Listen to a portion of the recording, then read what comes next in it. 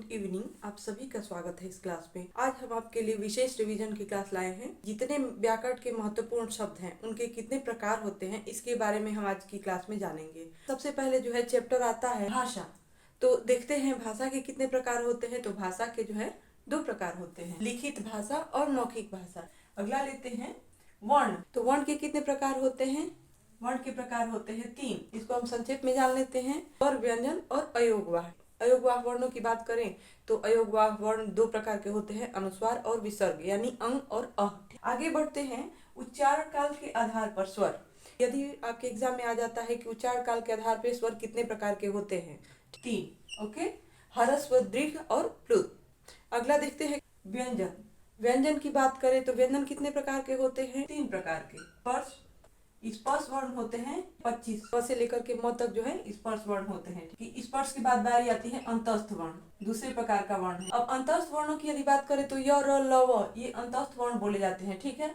और उसमें वर्ण जो है बड़ा सा, मूर्धन्य सा, छोटा सा और ह, ठीक है। और अंतस्थ वर्णों की यदि बात करें तो इसमें अर्ध स्वर भी होते हैं, य और व। अगला देखते हैं संधि। अगर एग्जाम में आएगा कि संधि के भेद कितने होते हैं या संधि कितने प्रकार की होती है, तो आप क्या लिखेंगे? 3 प्रकार की। कौन कौन सी? स्वर संधि, व्यंजन संधि और विसर्ग संधि। दीर्घ संधि यदि है तो उसमें बीच में देखिएगा, शब्द के बीच में आ, बड़ी ई, बड़ा उ और री। जैसे हमने लिया पितृ ऋण। अगर ये चारों जो है शब्द में दिख जाते हैं आपको तो ये होती है दीर्घ संधि, ठीक है। ये गुण संधि की यदि बात हो तो शब्द के बीच में आप ध्यान से देखना, जहाँ पे संधि होती है इसमें अगर ए ओ सुनाई पड़ता है तो यह गुण संधि, ठीक है। इसको आप समझ लेना। जैसे कि हमने लिया शिवेंद्र रामोपासना, तो ओ सुनाई पड़ा तो यह के शब्द आ जाते हैं जिसमें ए और ओ सुनाई पड़ता है, तो वो कौन सी संधि होगी? गुण संधि। अगला देखते हैं रिधि संधि में हम देखेंगे कि ए और औ अगर सुनाई पड़ता है शब्द के बीच में तो वो कौन सी संधि हो जाएगी? रिधि संधि। अगला देखेंगे यड़ संधि की यदि बात की जाए, ई के स्थान पे य हो जाता है, उ के स्थान पे व होता है और री के स्थान पे र होता है। तो आपको बस इतना ही समझता है कि शब्द के बीच में अगर य सुनाई पड़ता है, व सुनाई पड़ता है और र का उच्चारण सुनाई पड़ता है तो ये कौन सी संधि हो जाएगी? यड़ संधि। तो इस तरह से आप समझ लेंगे। अगला देखेंगे अयादि। हमने लिया अय, आय, औ, आओ। ये 4 शब्द अगर सुनाई पड़ते हैं तो वो कौन सी संधि होगी? वह होगी अयादि संधि। जैसे हमने बोला नयन, नायिका, नायक, हमने सुना आय। इसके अलावा अ की बात की जाए तो जैसे हमने बोला पवन या बोला भवन तो उसमें अवन सुनाई पड़ रहा है। हमने बोला पावक तो उसमें अ सुनाई पड़ रहा है। अगर ये ध्वनियां सुनाई पड़ती है तो आप समझ लेना कि कौन सी संधि है? अयादि संधि, ठीक है। शब्द वर्गीकरण बहुत महत्वपूर्ण चैप्टर है। इससे बहुत सारे प्रश्न बनते हैं। देखिए जैसे शब्द के भेद, ठीक है। तो जहाँ तक अर्थ की बात हो रही है तो अर्थ से हम देखते हैं कि कोई 2 होते हैं। कौन कौन से? शब्द के भेद कितने होते हैं अर्थ के आधार पे? 2, सार्थक शब्द और निरर्थक शब्द। तो निरर्थक शब्द का प्रकार तो नहीं होता, लेकिन प्रश्न फिर आता है कि सार्थक शब्द के कितने भेद होते हैं? 4। कौन कौन से? एकार्थी यानी एक अर्थ वाले जो शब्द होते हैं उनको बोलते हैं एकार्थी शब्द। दूसरा है अनेकार्थी, अनेक अर्थ वाले। जैसे हार, तो हार का मतलब होता है पराजित होना और हार का मतलब ये भी होता है कि गले का हार, ठीक है। अगला लेते हैं पर्यायवाची। पर्यायवाची यानी समानार्थी शब्द। अगला है विलोम शब्द। ये सभी जो है सार्थक शब्द के अंतर्गत आते हैं, ठीक है। रचना के आधार पर शब्द के भेद, यानी रचना के आधार पे शब्द के कितने प्रकार होते हैं? प्रश्न यह यदि आ जाए तो आप क्या आंसर देंगे? रचना के आधार पर शब्द के भेद होते हैं 3, रूढ़, यौगिक और योग रूढ़। प्रयोग के आधार पर यदि देखा जाए कि शब्द कितने प्रकार के होते हैं तो प्रयोग प्रकार के। कौन कौन से? ये है विकारी और अविकारी, अव्यय, ठीक है। तो अव्यय जो है और विकारी शब्द, इनके भी 4 प्रकार होते हैं, ठीक है। यदि प्रश्न आता है कि विकारी शब्द के कितने प्रकार होते हैं तो आप बताएंगे कि 4। विकारी शब्दों में देखा जाए तो ये होते हैं संज्ञा, सर्वनाम, क्रिया और विशेषण।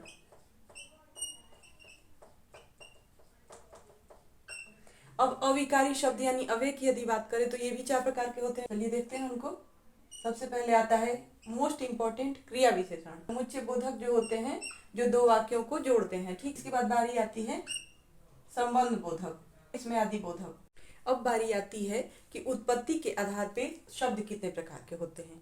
तो उत्पत्ति यानी स्रोत, तो इसके आधार पे शब्द कितने प्रकार के होते हैं? 4 प्रकार के। कौन कौन से? तत्सम, तद्भव, देशज, विदेशी, उनको विदेशज शब्द भी बोलते हैं। व्याकरण में सबसे महत्वपूर्ण शब्द कौन सा है, उसके भेद को समझते हैं। कारक के कितने भेद होते हैं? 8। लिंग की बात करें तो लिंग जो है यह 2 प्रकार का है, पुल्लिंग और स्त्रीलिंग, जबकि संस्कृत में 3 प्रकार के जो है लिंग पाए जाते हैं। वचन कितने प्रकार के होते हैं हिंदी में? हिंदी में वचन 2 ही प्रकार के होते हैं, एक वचन और बहुवचन। द्विवचन जो है संस्कृत में पाया जाता है, ठीक है। अब दूसरे ग्रुप की यदि बात करें तो संज्ञा, सर्वनाम, विशेषण और क्रिया, इन सब के भेद हमको समझने हैं। तो संज्ञा के भेद होते हैं, मुख्य होते हैं 3, ठीक है। और यदि ऑप्शन में आता है 5 तो ये भी सही है।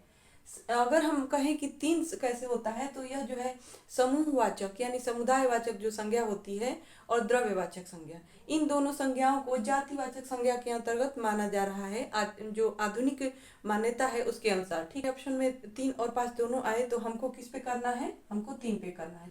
सर्वनाम की जहाँ तक बात हुई तो सर्वनाम कितने प्रकार के होते हैं?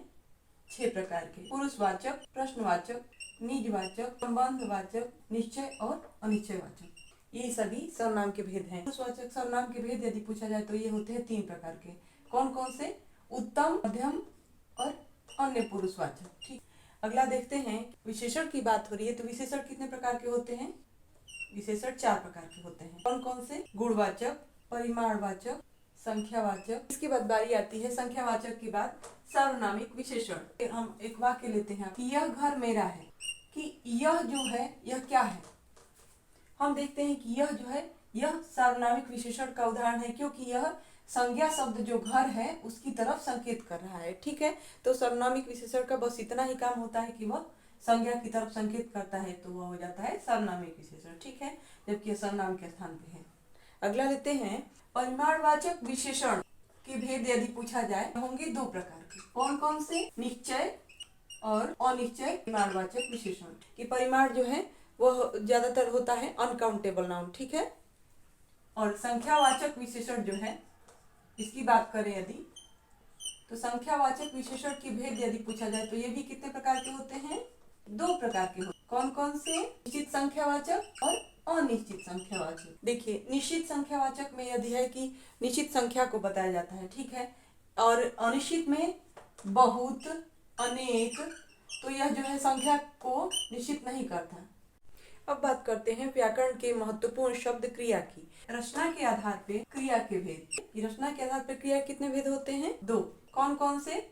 अकर्मक और सकर्मक क्रिया। सकर्मक क्रिया जिसके साथ कर्म हो और जिसके साथ कर्म नहीं है वह है अकर्मक क्रिया। क्रिया के बाद आता है क्रिया विशेषण, जो क्रिया की विशेषता बतलाता है। उसके कितने भेद होते हैं? 5। कौन कौन से? स्थानवाचक क्रिया विशेषण, कालवाचक क्रिया विशेषण, प्रश्नवाचक क्रिया विशेषण, परिमाणवाचक क्रिया विशेषण और रीतिवाचक क्रिया विशेषण। क्रिया किस तरह से हो रही है तो उसके तरीके को बताने वाला होता है रीतिवाचक, ठीक। क्रिया किस मात्रा में हो रही है, प्रश्न पूछा जाता है यदि तो यह प्रश्नवाचक क्रिया विशेषण। और कालवाचक, उसकी क्रिया किस समय हो रही है, काल को बताता है। और स्थान, किस स्थान पे क्रिया हो रही है, तो वह जो है स्थानवाचक क्रिया विशेषण। अब इसके बाद बारी आती है कि और कौन कौन से महत्वपूर्ण शब्द बच गए हैं। उपसर्ग। या उपसर्ग कितने प्रकार के होते हैं? यह होते हैं 4 प्रकार के। कौन कौन से? हिंदी उपसर्ग, संस्कृत उपसर्ग और उर्दू उपसर्ग। इसके अलावा जो है उपसर्ग के समान लगने वाले जो अव्यय होते हैं वे भी आते हैं उपसर्ग के चौथे प्रकार के रूप में, ठीक है। बारी आती है प्रत्यय। कितने प्रकार के? 2 प्रकार के। कौन कौन से?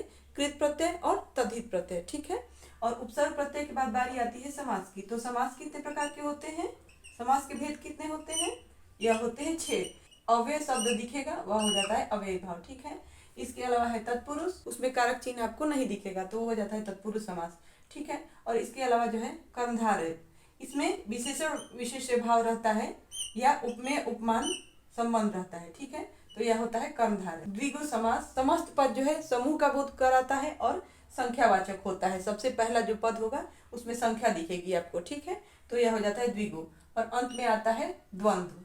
अब हिंदी व्याकरण में और कौन कौन से महत्वपूर्ण शब्द हैं? काल के भेद 3। कौन कौन से? तो पहला है वर्तमान काल, दूसरा है भूतकाल, तीसरा है भविष्यत काल। तो हम देखते हैं कि यदि पूछा जा रहा हो कि वर्तमान काल के कितने भेद होते हैं, तो इसको भी हम जान लेते हैं। वर्तमान काल जो है इसके भेद होते हैं 3। भूतकाल जो है यह कितने प्रकार का होता है? भूतकाल 6 प्रकार का होता है। ठीक, इसमें भविष्यत काल में यदि देखें तो यह कितने प्रकार का होता है? यह होता है 2 प्रकार का। हेतु मत भूतकाल जो है बार बार पूछा जाता है, तो इसके बारे में जो है हम आपको थोड़ा बता देते हैं। 2 वाक्य रहेंगे, एक वाक्य और छोटा उपवाक्य। तो एक वाक्य दूसरे वाक्य पे यदि आश्रित रहता है तो वह हो जाता है हेतु मत भूतकाल। जैसे हम अगर धूप होती तो कपड़े सूख जाते। वाक्य देखेंगे, अगर उसमें तो जो है यह योजक शब्द के रूप में जुड़ा है तो यह कौन सा है? हेतु मत भूतकाल का उदाहरण होगा। ठीक, ओके। आगे देखेंगे, काल के बाद बारी आती है वाक्य की। अर्थ के आधार पे वाक्य के कितने भेद होते हैं? 8। विधानवाचक जो वाक्य होते हैं, ये सामान्य जो वर्तमान काल के वाक्य होते हैं ये विधानवाचक होते हैं। ठीक है। निषेधवाचक, जिसमें किसी काम की मनाही की जा रही है कि यह मत करो, तो यह जो है निषेधवाचक। इसके बाद आज्ञावाचक, यानी किसी बात की आज्ञा दी जा रही हो तो वह है आज्ञावाचक। कोई भी शुभकामना हो, वह है कौन सा? शुभकामना संबंधी वाक्य। और इच्छा जताई जा रही हो तो वह जो है इच्छा वाचक है।